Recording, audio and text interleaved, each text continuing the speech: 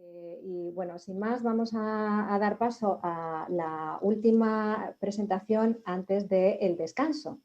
Tenemos hasta las 12:30. A las 12:30 vamos a cortar. Vamos a hacer un descanso de unos 15 minutos para relajarnos y bueno, cortaremos la emisión y luego la retomaremos hasta que acabe la sesión de esta mañana. Vamos a darle la palabra a Eduardo. Eduardo nos va a presentar un título que es Poder y Contrapoder. ¿En qué momento de la correlación de fuerzas nos encontramos? Como Joaquín ha dicho, vamos a conectar ahora con esa idea del contrapoder. ¿Cómo está surgiendo ese contrapoder? Si está surgiendo, si no está surgiendo, de eso nos va a hablar Eduardo. Hará una presentación también de 10 minutos y después abriremos un debate hasta las 12:30. Adelante, Eduardo. Sí, lo primero que tengo que decir es que hemos discutido poco sobre el poder.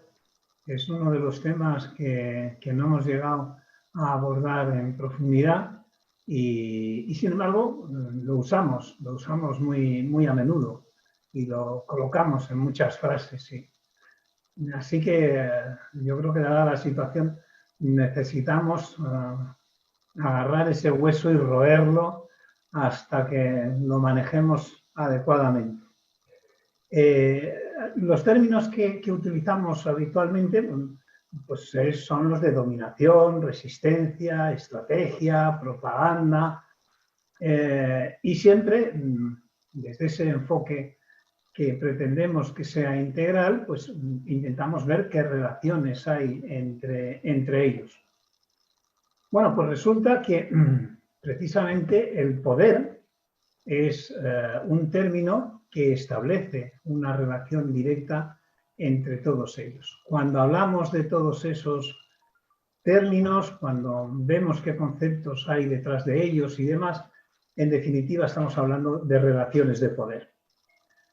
Así que, aunque suene un poco abstracto y demás, que sirva de presentación para desarrollarlo en más debates, pero que en este momento considero que era oportuno el ponerlo encima de la mesa y, bueno, pues todos los compañeros que decidíamos los programas y demás estábamos todos de acuerdo.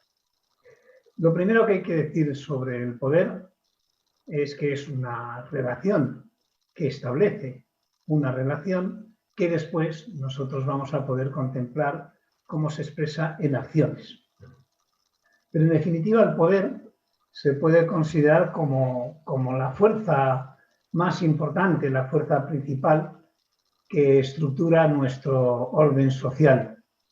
Así que habrá que leer a Foucault, entre otros, para desentrañar qué quiere decir eso. Pero como expresa esa relación de fuerzas, nos estamos refiriendo ya directamente, inevitablemente, al imperialismo. El imperialismo expresa esa relación de fuerzas. Si no existieran correlaciones de fuerzas que en determinados momentos se equilibran, el imperialismo no tendría por qué luchar. Simplemente se expandiría sin más y no existiría una fuerza que se le opusiera. Es precisamente porque existen otras fuerzas, acabamos de hablar de ellas, sobre todo en el campo popular, que impiden que el imperialismo pueda ejercer a su libre voluntad el poder que le permite dominar a los demás. Y ahí nos encontramos con esa primera correlación. El poder se enfrenta en esa situación de correlación de fuerzas con la necesidad de dominar porque existen resistencias y ya tenemos encadenado otro término. Si no existieran resistencias, ni siquiera podríamos hablar de ejercicio del poder. De tal manera que el poder vincula imperialismo, dominación, resistencia.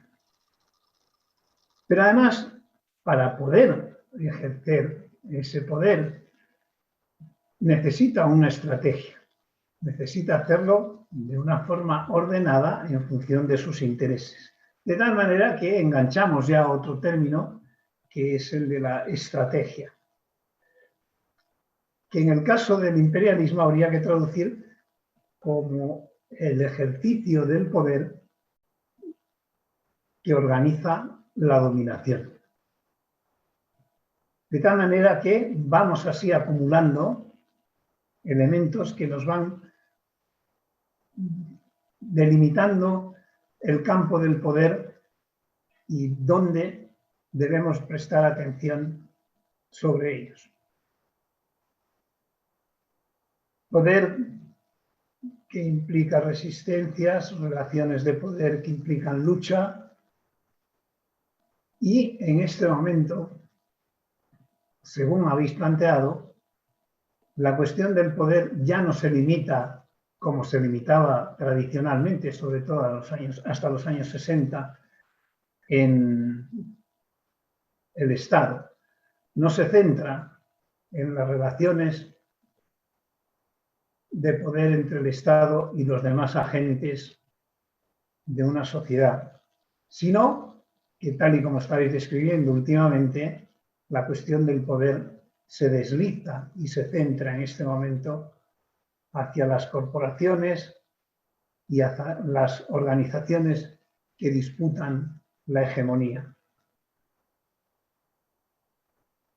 Ese ejercicio del poder, de dominación, que conlleva una estrategia para su ejercicio y que se enfrenta al poder de las resistencias, requiere, para poder desarrollarse, a su vez, de un discurso, lo que se ha llamado toda la vida el discurso dominante. Un discurso necesario, que es una forma de expresión de poder y que además tiene la característica de que necesita ser realimentado constantemente. Esto también nos plantea un problema para el futuro.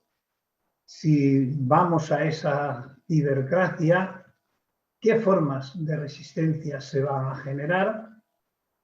¿Qué desafíos nos plantea? ¿Y qué tipo de discurso la va a sostener? Ya habéis planteado algunas de esas cuestiones. Ese discurso tecnológico, el discurso de la tecnología como vía para resolver los problemas. Es la razón tecnológica que en la mayoría de los casos en este momento lo que hace es ocultar la razón política. La razón tecnológica subsume la razón política, de tal manera que se nos presenta como inocua y que no tiene más intención que actuar en una determinada dirección para que la humanidad avance. Sin embargo, para nada se habla de cuáles son las razones políticas, y tiene que ver con lo último que decíais, que alimentan, dirigen y controlan esa razón tecnológica. La razón tecnológica no es neutra. Y eso es esencial. Entender eso, ya lo discutiremos con calma, forma parte de esa discusión pendiente que plantea Paco y que florece una y otra vez, cada vez que hablamos de todo esto. Ahí está, y que creo que es inevitable que en el próximo periodo sea uno de los temas que hagamos. Ese discurso lo que comporta es un mecanismo de alienación y enajenación. Alienación y enajenación, que es parte de la definición clínica de la locura, la incapacidad para reconocer la realidad. Por eso se tiran los dementes por una ventana, porque no reconocen que no son un pájaro, sino que se van a estrellar contra el suelo. Esa pérdida de noción de la realidad a través de la alienación y la enajenación, esa pérdida para identificar la realidad, se hace para que asumamos la que ellos nos crean. Y ese es otro ejercicio del poder. El poder como capacidad para generar un discurso que sea enajenante y alienante. Eso conduce a otro de los temas que también tratamos habitualmente, y es el tema de la democracia. La democracia como mito, es decir, como elemento esencial del discurso dominante, y que desde hace ya mucho tiempo y en este momento de forma intensiva se utiliza como estrategia de injerencia, como estrategia de intervención.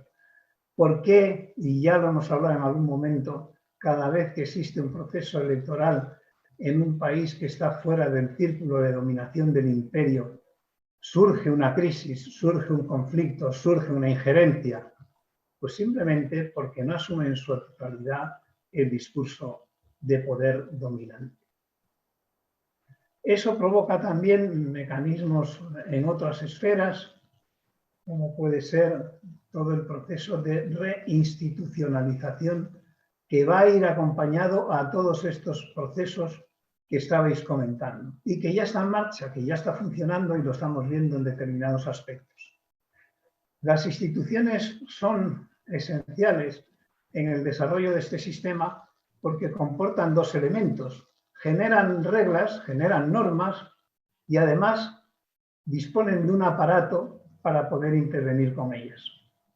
De tal manera que es un instrumento de poder muy importante y en ese proceso de reinstitucionalización serán las instituciones corporativas, con sus normas, con sus reglamentos y con su capacidad organizativa, las que irán desplazando al Estado.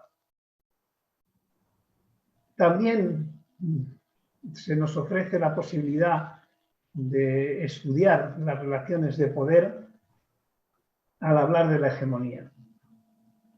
La hegemonía que estáis planteando en este momento se va a desplazar o se está desplazando ya de lo público a lo privado.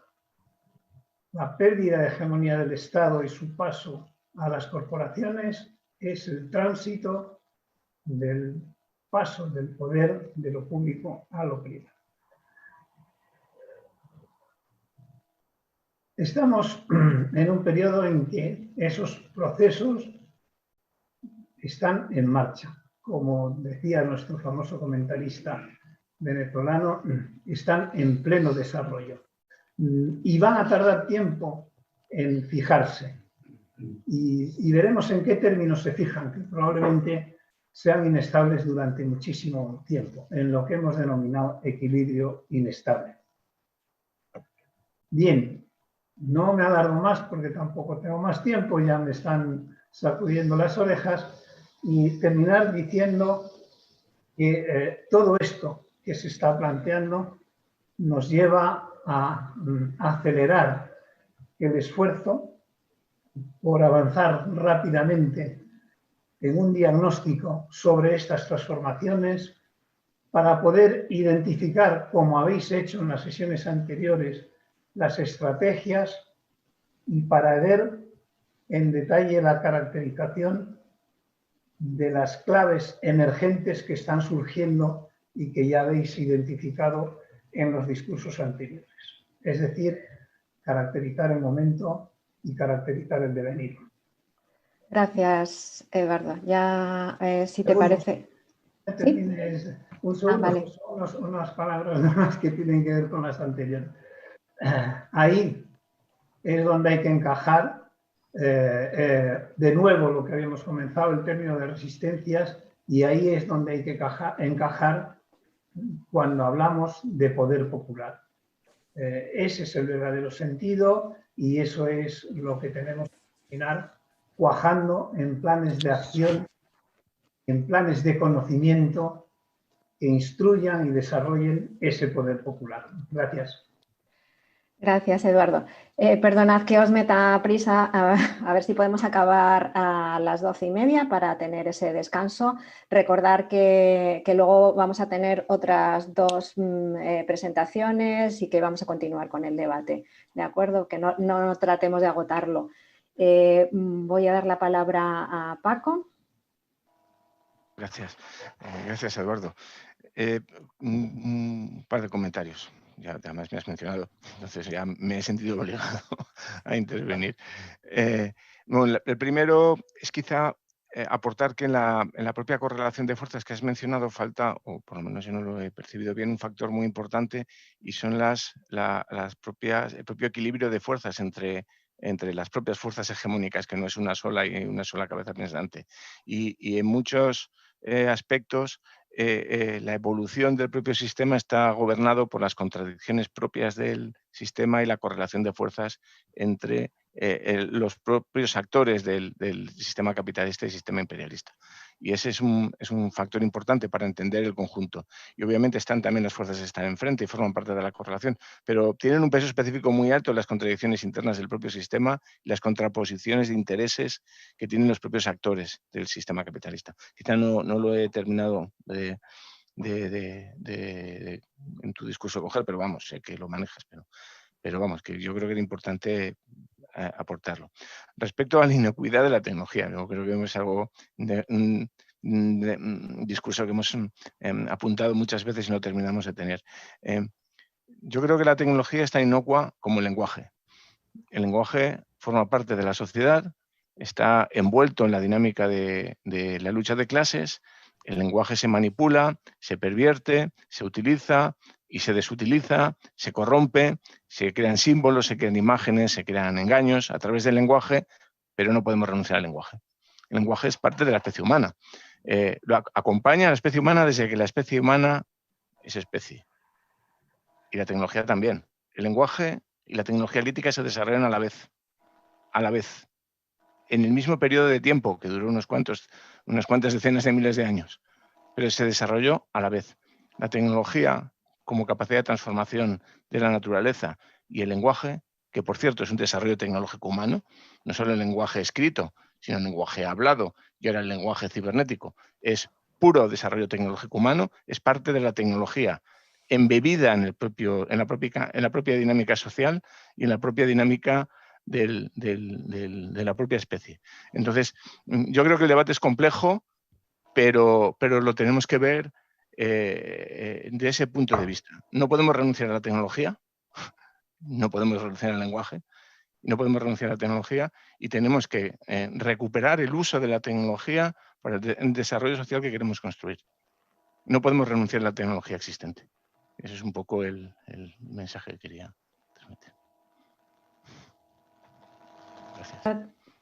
Bien, tenía el orden de palabra yo, pero dado que hay palabras de Farruco y luego de Cristóbal, os voy a dar la palabra a Farruco, que no ha intervenido todavía. Adelante, Farruco.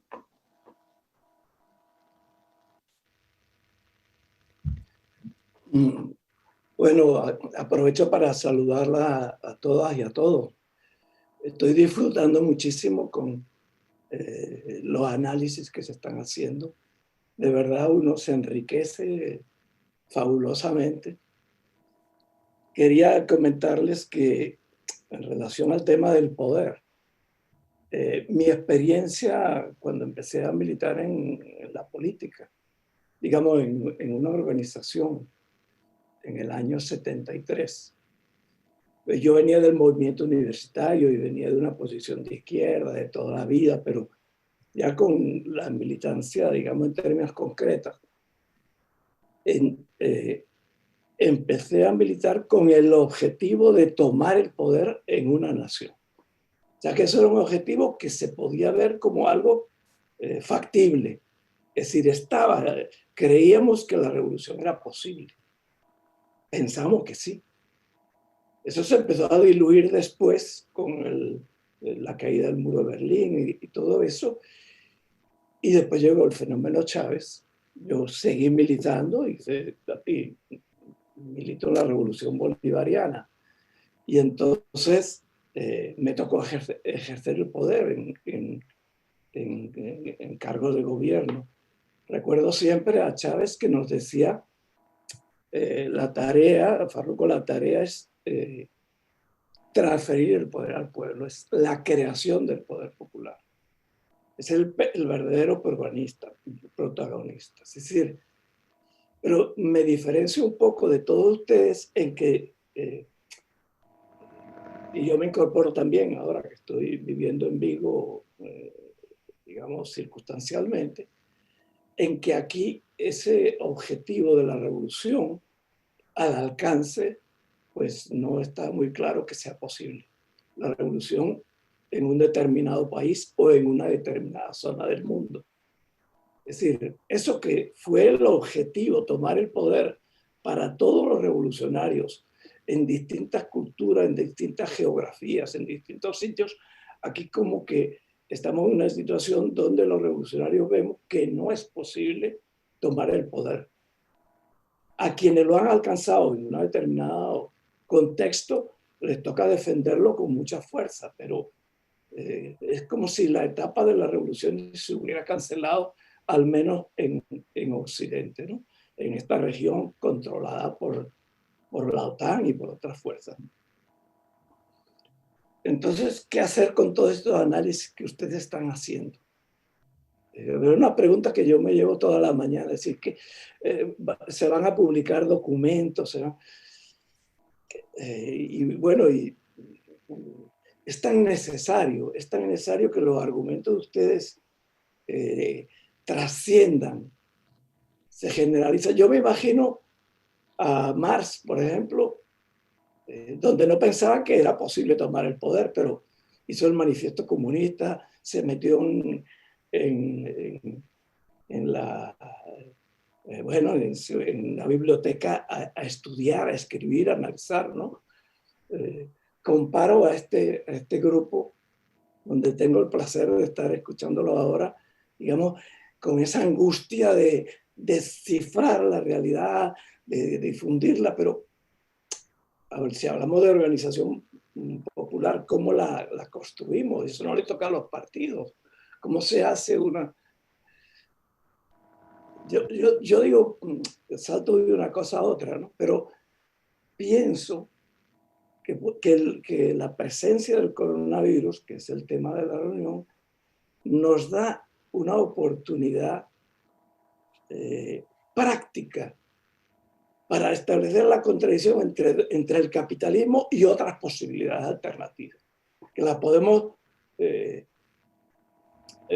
generalizar con el nombre de socialismo o construcción del socialismo, con todas sus variantes, ¿no? Pero entre el capitalismo que conocemos, el capitalismo neoliberal, y esa otra posibilidad de organizarse, ¿no? Yo creo que sería bueno, si alguien lo quisiera tomar, hacer un libro y empezar a distribuirlo, más allá de documentos, un libro sencillo, en el lenguaje como se lo hubiera explicado Chávez o Fidel, los grandes maestros y pedagogos, ¿no? Sobre la comparación con el virus como eje de los argumentos, ¿no? Cómo están organizadas esas dos tipos de sociedades. Y yo ahí incluyo a China, con un partido comunista al mando, Cuba, Vietnam, Venezuela, etcétera. Son distintos intentos, ¿no? Pero cómo están organizadas con respecto a las naciones europeas o el propio Estados Unidos, Canadá, etcétera.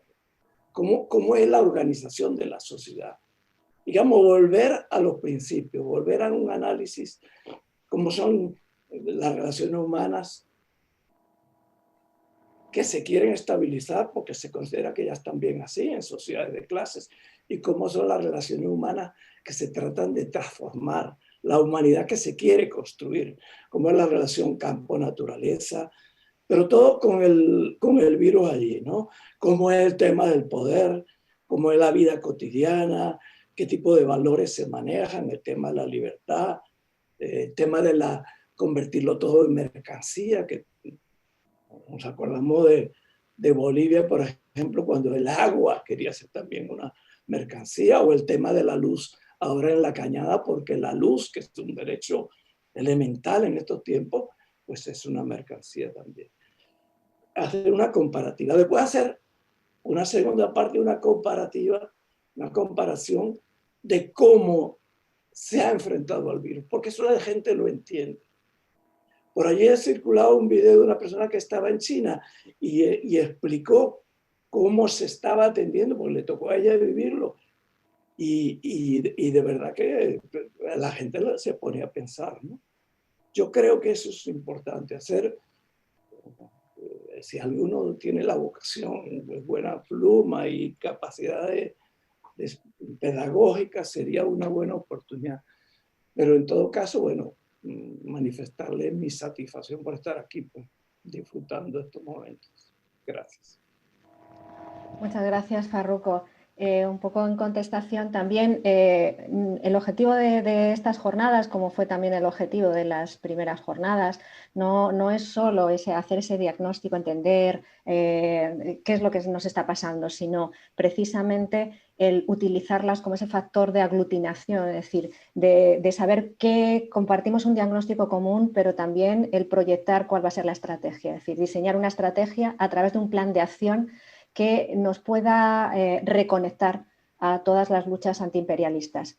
Decíamos al principio de estas jornadas, uno de los problemas, lo decía Eduardo en la presentación, fundamentales, que además nos llevó a emprender este proyecto de Frente Antiimperialista Internacionalista, es precisamente el haber detectado por todos nosotros, ¿no?, como militantes antiimperialistas, esa fragmentación. La fragmentación que nos hace débiles y que nos hace incapaces de enfrentar esta tarea revolucionaria que tenemos entre manos. Uno de los objetivos de estas jornadas, además de tratar, ¿no?, de compartir ese diagnóstico, es diseñar precisamente ese plan de acción que esté ensamblado, articulado en una estrategia común que desde distintos ámbitos podamos compartir todos los antiimperialistas. Esa estrategia tiene que ser común y luego desarrollar ese plan de acción cada uno en su ámbito de lucha. Está aquí con nosotros Cristóbal, Juan Andrés, todos estos compañeros, ¿no?, de Manuel, que están en un medio de comunicación como Canarias Semanal, dentro de su pequeño espacio. Las invitaciones que estamos haciendo a participar son muy amplias, ¿no?, para precisamente colaborar en este diagnóstico. Luego va a estar esa explotación, esa continuidad de las jornadas que están previstas, que va a ser un resultado en un libro intentando difundir todo esto, pero también utilizando esas tecnologías de la comunicación, como pueden ser las redes sociales o Internet. También hay que traducir todo eso a esa divulgación, a esos lenguajes que ahora mismo son muy audiovisuales, esos lenguajes, y que yo creo que también tenemos que diseñar ese plan de acción en lo que es la difusión, ¿no? Los medios de comunicación, ya hablaremos después del descanso, son unos importantes aglutinadores. De hecho, cuando ha habido un proceso de retroceso de las revoluciones en América Latina, las élites capitalistas se han refugiado en los medios de comunicación tradicionales y bueno, también hemos visto con el caso de Trump, ¿no?, las redes sociales y estos nuevos medios se han convertido o han hecho el papel de los partidos tradicionales, es decir, recogiendo a todas esas masas, articulándolas y organizándolas. Los medios se han convertido en los grandes organizadores de los pueblos, ¿no? Y yo creo que estos descubrimientos, ¿no?, que parten de ese análisis nos tienen que llevar a hacer ese diseño. Y en ese diseño vamos a tener que estar todos implicados, no solo los que estamos aquí en estas jornadas, sino los que nos están escuchando también a través de YouTube y los que van a extraer todo el jugo de las jornadas cuando lo vean en diferido o cuando las difundan, ¿no? Porque esto es una invitación también a difundir todo lo que estamos aquí construyendo, porque no estamos solo pensando, debatiendo. Yo creo que todos tenemos claro que lo que estamos haciendo es un esfuerzo de construir conocimiento colectivo. Ese conocimiento colectivo es fundamental para hacer la revolución, cualquier revolución. Y bueno, como tenía el orden de intervención, yo quería señalar un elemento interesante sobre esto del poder. en lo que llamamos las revoluciones clásicas, y cuando oía a Farruko esta idea de los partidos y de los movimientos de izquierdas en determinada época, que hacía muy posible el pensar, el tomar el poder, tú mismo has dicho tomar el poder. Todos sabemos que tomar el gobierno o tomar el Estado no es tomar el poder. Eso, nos ha quedado claro en toda estos últimos años, ¿no? Pero al mismo tiempo sí que es interesante el ampliar esa idea del poder. El poder no es solo el Estado, no es solo el gobierno, pero no caer en la falacia de muchos grupos y movimientos de izquierdas que se plantean que no hay que tomar el gobierno, no hay que tomar el poder, que las luchas están en reivindicar determinados derechos, como el derecho de las mujeres, el ecologismo, es decir, que no hay que ocuparse de las instituciones ni del poder gubernativo, ¿no? Eso es una idea que ha imbricado a muchos movimientos de izquierdas en esta sociedad un poco posmoderna, esta idea posmoderna de que el poder es horizontal, que todos tenemos poder y que por tanto no que hay que ocuparse del gobierno ni de enfangarse con la lucha contra el Estado o contra las instituciones.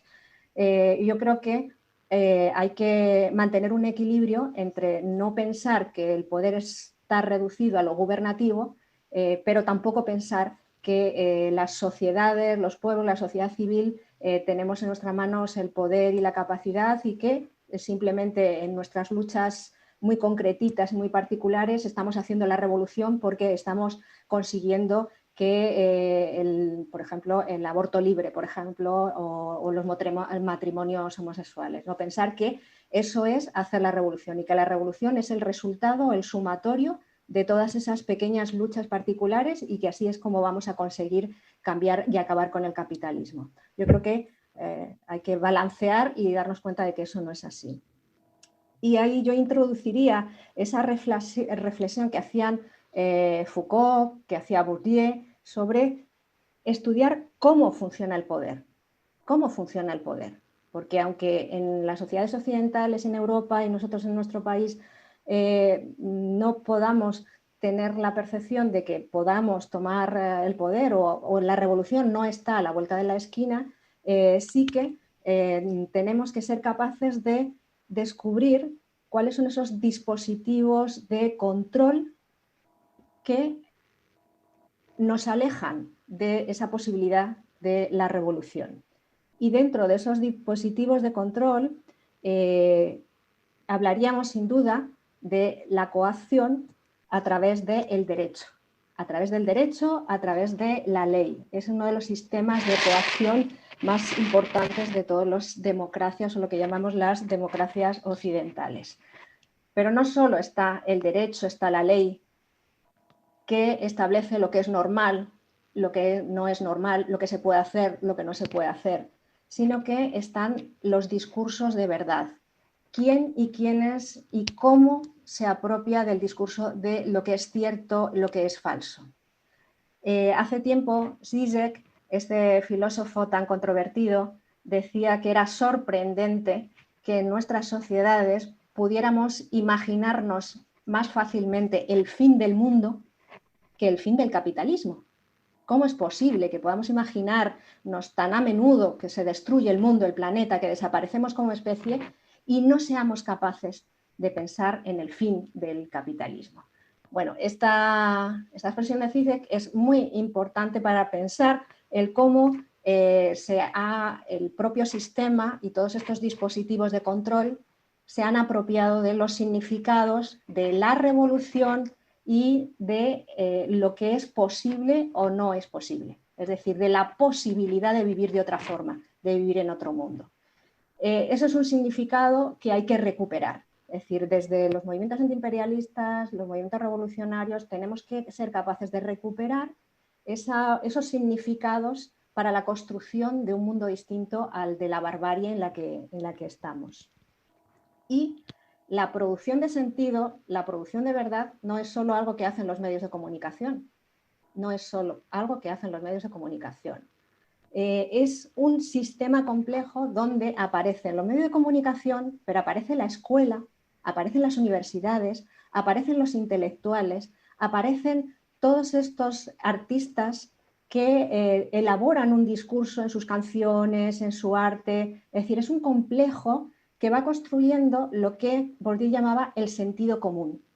Es decir, el sentido común está siendo formateado, está siendo construido y está diciéndonos lo que es normal, lo que no es normal, lo que podemos hacer, lo que no podemos hacer, a lo que debemos aspirar, a qué no podemos aspirar, qué es posible, qué es imposible. En esa elaboración del sentido común está también el tema de la utopía. En este mundo está formado, el poder se apoya precisamente en las distopías, no en las utopías, sino en las distopías. Construye distopías. Por eso es más fácil imaginar el fin del mundo, porque en esos discursos, en ese discurso dominante, en esa hegemonía de los discursos dominantes, lo único que tenemos visible son distopías, no utopías. Así que todo el trabajo de los movimientos de izquierdas, de los revolucionarios, ¿dónde lo estamos enfocando? A tratar de contrarrestar esas distopías y negar esas distopías, en vez de a construir la utopía, a rescatar toda esa historia de luchas, de resistencias que tenemos acumuladas ahí y construir, apoyándonos en ellas, las utopías, estas utopías del futuro que están ahí y hacerlas creíbles, hacerlas verosímiles. Porque el trabajo del poder dominante, de la hegemonía de las élites es hacer inviable, hacer inverosímil la utopía de un mundo socialista, de un poder popular, gobernando y gestionando y organizando la sociedad.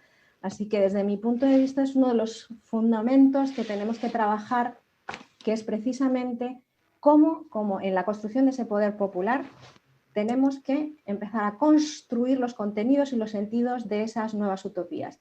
Eso no lo vamos a hacer de la nada porque ya tenemos la experiencia de Cuba, tenemos la experiencia de Venezuela, tenemos la experiencia de Nicaragua, que son experiencias actuales, vivas, presentes. Ni siquiera es que tengamos que irnos al pasado para rescatar y construir esas utopías. Bueno, y perdonad que me haya extendido, lo dejo aquí, le doy la palabra a Cristóbal, a Joaquín y cerraríamos la sesión antes del descanso. Adelante. Sí, Cristóbal. Yo básicamente cuanto más intervenían los compañeros, más en vez de ir apuntando cosas, más iba restando cosas, porque digo, pues es imposible hablar de esto, es imposible hablar de esto, es decir, como decía Eduardo, y lo que yo sí, más bien mi intervención va a ser en el sentido de que yo creo realmente que este no es un tema, sino que es el tema, en toda su dimensión es el tema, obviamente un tema que ha dado toneladas y toneladas de tesis, de libros, de teoría, no lo podemos abordar ni en 15 minutos, ni aunque las jornadas del fin de semana se dedicaran exclusivamente al tema del poder. No obstante, creo que es el tema y creo que deberíamos abordarlo. Entonces, solamente abordarlo exclusivamente, me refiero, ¿no? Entonces, simplemente voy a hacer un par de apuntes. Dado que se está hablando mucho del poder en términos, y es lógico cuando se trata de un frente antiimperialista, en términos de potencia, de geoestrategia, etc., sí voy a hacer un apunte que me conecta también con el anterior punto. Y es que decía, creo que muy acertadamente Eugenio, cuando hablaba de la filantropía capitalista, decía, la filantropía no existe, es un engaño. Y yo estoy totalmente de acuerdo, es decir, la filantropía no existe, es un engaño del capitalismo inclusivo. Y añado, eso vale tanto para las grandes corporaciones, para Bill Gates, como para los gobiernos que representan a potencias capitalistas. Quien piense que hay una filantropía en determinadas inversiones de grandes potencias, pues se está equivocando. Otra cosa es que otros países tengan que aprovechar. Si un país me ofrece unas condiciones de inversión mejor que las que me ofrece, por ejemplo, los Estados Unidos, y además no me apunta con las cañoneras, yo como gobierno de un país lo tengo que aprovechar. Pero si hacemos el análisis global y pensamos que hay una filantropía capitalista o que puede haber un capitalismo win-to-win a largo plazo en el que todos ganamos porque yo te hago una escuelita y me llevo tus recursos económicos, nos estamos equivocando como análisis global, ¿no? Pero bueno, en cualquier caso, decía el compañero venezolano, con razón, yo creo que ha tocado el tema, ¿no? El tema, y que también hablaba Ángeles, y que ponía de moda otra vez, nada más y nada menos que nuestro vicepresidente del gobierno, Pablo Iglesias, cuando decía el domingo en una entrevista en La Sexta, que había descubierto que estar en el gobierno no era estar en el poder, con un cinismo importante por su parte, ¿no? Obviamente es así, eso lo sabemos todos, aunque se nos olvide. Y también es cierto lo que decía el compañero de Venezuela, seríamos unos ilusos si pensáramos que tenemos la revolución no mañana, pasado mañana, dentro de 5 años. Tenemos que saber de dónde partimos, pero precisamente para construir. Y a lo que voy es a lo siguiente, yo creo que esto solamente se ha mencionado aquí de pasada, yo creo que en lo que nos deberíamos centrar es no tanto en hablar de poder popular en abstracto, sino de hacer un análisis de lo concreto, es decir, ¿cómo estamos? Es decir, ¿cómo estamos en el Estado español cuando tenemos las medidas que tenemos del gobierno central, de las autonómicas, cuando esto es un desastre, cuando está la sanidad como están ustedes planteando que está y como la vemos todos, y no estamos siendo capaces de dar una respuesta? Podríamos decir, bueno, es que estamos encerrados en nuestras casas y eso nos dificulta, y es verdad, pero estábamos antes en condiciones de hacerlo. Es decir, eso que llaman sindicatos de clase, donde están, no se les espera, se les espera, si no están ni se les espera, ¿por qué no somos capaces de denunciarlo? Somos capaces de organizar a 10, 15, 20 personas para empezar a crear una organización popular que en un futuro nos dé lugar a un contrapoder o a un poder popular y que nos permita plantearnos cosas que hoy son de un futuro incierto. Yo creo que es ahí donde deberíamos aterrizar el tema, sobre todo porque creo que el epígrafe era poder y contrapoder. Es decir, el poder ya lo sabemos, lo debemos analizar, no vamos a poder hacerlo aquí, tendremos muchas diferencias, hay que estudiarlo, pero el contrapoder en el sentido más concreto y más micro, es decir, ¿por qué no estamos siendo capaces de organizar, de tener una organización mínima que sea capaz de dar respuesta a lo que nos encontramos? Y ser muy autocríticos en eso, porque es la única manera de intentar diagnosticarlo y ver qué podemos hacer para cambiarlo, porque así estamos todos, me parece. Es decir, si no fuera así, se vería que en determinado lugar están dando una respuesta popular y están exigiendo algo. No creo que sea así, ¿no? Yo creo que eso es donde deberíamos aterrizar el tema, sabiendo que no hay tiempo. Es decir, me refiero, lo dejo ahí abierto porque sé que ahora mismo pasamos al siguiente punto y esto queda ahí, ¿no? Gracias, Cristóbal. Bueno, tengo que pediros disculpas por haberme alargado tanto en la intervención que he hecho. Hay otras 3 palabras pedidas para cerrar. Tiene la palabra Joaquín, perdón, 2 palabras, Joaquín y Eduardo. Y después cerraríamos y haríamos un descanso de 10-15 minutos, ¿de acuerdo? Así que adelante, Joaquín. Muy breve. Reforzando algunas de las cosas que habéis dicho, los mensajes y la construcción del poder que nos ha llegado desde el propio poder ha sido muy totalitaria y además sin dejar resquicios para otras realidades. Yo me estaba acordando de aquellas frases en que los neoliberales nos contaban que los mercados gobiernan y los gobiernos gestionan. O aquella que decían que los mercados son los que tienen sentido democrático porque son los que votan todos los días.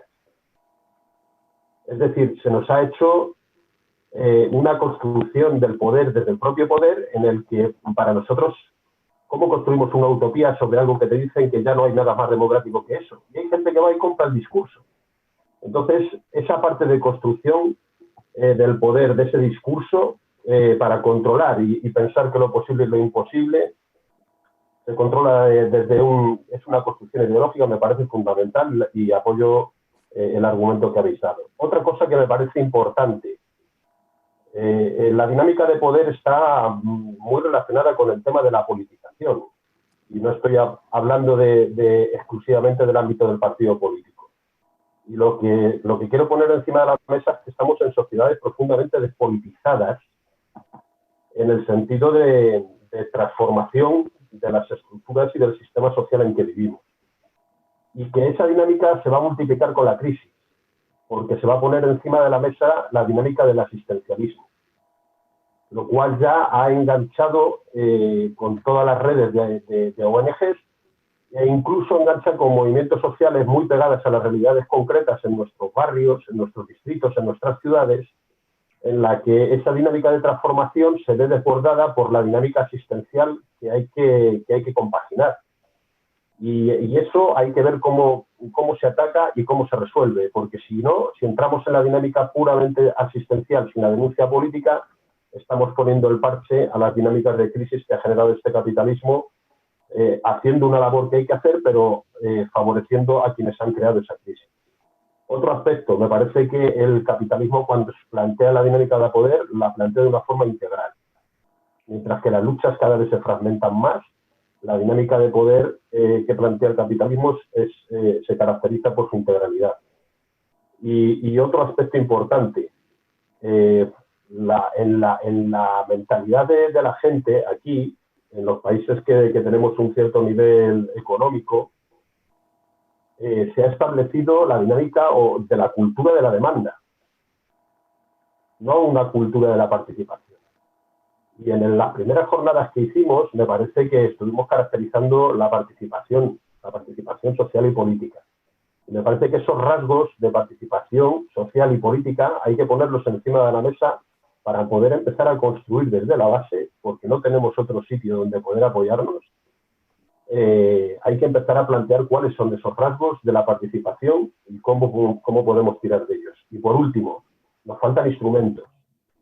Cuando queremos atacar el ámbito institucional, hay que decir que el ámbito institucional acaba siendo como un agujero negro que lo absorbe todo. Y esa dinámica solamente se puede retener con un fuerte poder popular que ha generado instrumentos propios. Si la democracia tiene que pasar por la inserción en el parlamentarismo actual en este país, es realmente complicado, porque trabajar como estamos trabajando algunos en nuestros pequeños barrios, saltar por encima de las legislaciones y todas las dinámicas políticas que tiene montado el sistema para desactivar la participación y sobre todo la eficacia de lo que se hace, es verdaderamente un trabajo devastador, es un trabajo que desgasta tremendamente. Por eso hay que tener instrumentos propios que nos permitan coger oxígeno para poder luego trabajar en esas dinámicas que son tan poco agradecidas y a veces pues tan duras de llevar. Ahí lo dejo. Bueno, gracias Joaquín. Vamos a cerrar con la intervención de Eduardo. Vamos a hacer un pequeño descanso de 10-15 minutos y luego continuamos la sesión. Adelante, Eduardo. Bueno, estoy fascinado porque cuando os planteé introducir el tema del poder y el contrapoder, pensé que igual no tenía excesivo interés el tema. Lo habíamos debatido poco, pero bueno, parece que no, que todo lo contrario. Yo creo que se han apuntado todo un montón de cosas que tienen muchísimo interés, que hay que recogerlas todas. Por supuesto que, como decía Cristóbal, este no es el marco de desarrollo, pero sí de fijar criterios y fijar líneas, en general y en lo concreto. Y ahí es donde yo quería centrarme sin entrar en todas estas cuestiones que habéis planteado, que creo que todas ellas son de interés. Lo primero es decirle a Farruko que efectivamente el libro está en el plan de acción del FAI. Tenemos intención de editar un libro sobre todo lo que ha supuesto la transformación que lleva en marcha, sobre todo desde finales de 2018, incluida la pandemia. Y bueno, en ese esfuerzo colectivo, porque va a ser un libro colectivo, no va a ser un libro individual ni de personas, sino que será un libro con propuestas y debatidas y después redactadas por un equipo, intentaremos recoger todas estas cosas que llevamos discutiendo y que vamos aclarando poco a poco. Sí comentar que efectivamente la situación de la correlación de fuerzas precisamente en los países desarrollados no está en su mejor momento a favor de los que intentamos desmontar este sistema y generar otro. Pero sí lo está en otras áreas. Entonces, tenemos esa, y sobre todo en algo que se llama Frente Antiimperialista, tenemos esa dualidad, el de entender cuáles son los procesos que hay en marcha en nuestro entorno donde vivimos y donde trabajamos, al mismo tiempo que intentamos coadyuvar a las revoluciones que en este momento están en desarrollo. Y esa forma parte de lo que nosotros entendemos como internacionalismo. No mirarnos solo a nosotros mismos, sino mirar también a los demás. Y en ese sentido hay un campo de acción inmenso. Y es el que estamos intentando cubrir poco a poco. Sí, también quería señalar algunas de las cosas que decía Joaquín. No me voy a entretener en hacer comentarios sobre todas las cosas que he dicho, que me parece que son todas de mucho interés. Sí, hacer un comentario a lo que decía Joaquín sobre esos procesos de despolitización. La despolitización no es nada más que uno de esos síntomas de la alienación y la enajenación. No hay capacidad para desarrollar un pensamiento político si estás alienado y si estás enajenado. No es posible porque no eres capaz de reconocer la realidad. Por eso muchas veces, por muy bien armados que estén, los discursos políticos caen en el vacío. Porque por muy bien que estén hechos, por muy pedagógicos que sean, si no existe capacidad en el receptor, tú no tienes capacidad de incidir. Y eso es un tema que nos tenemos que plantear constantemente y que tenemos que ir desarrollando y ver cómo lo conseguimos vencer. Y la última cuestión, la institucionalización. Hablé de ella al principio, en la exposición sobre el tema del poder, y es otro de esos elementos clave que hay que echarle mano, porque se nos presenta en lo cotidiano, tal y como tú comentabas, también como comentaba Cristóbal y otros, la tentación institucionalizadora como proceso único y que resuelve todos los problemas no solo es banal, ¿no? Iba a decir que es una gilipollez, pero vamos, sí, efectivamente, no creo que dé mucho de sí. El mundo es complejo, tenemos que aceptar esa complejidad y trabajar sobre ella. Nuestros enemigos, como señalaba Joaquín, lo hacen. Ellos sí tienen enfoques integrales. Ellos procuran resolver todos los problemas de fragmentación. Pero, sin embargo, no hemos aprendido esa lección. Seguimos en un proceso de fragmentación constante, continua, y nos cuesta trabajo desarrollar enfoques integrales. Yo creo que la respuesta a todo eso está en la medida de lo posible en estas jornadas que estamos haciendo, donde aparecen estas cosas e intentamos darles respuesta. Muy bien, Eduardo, muchas gracias.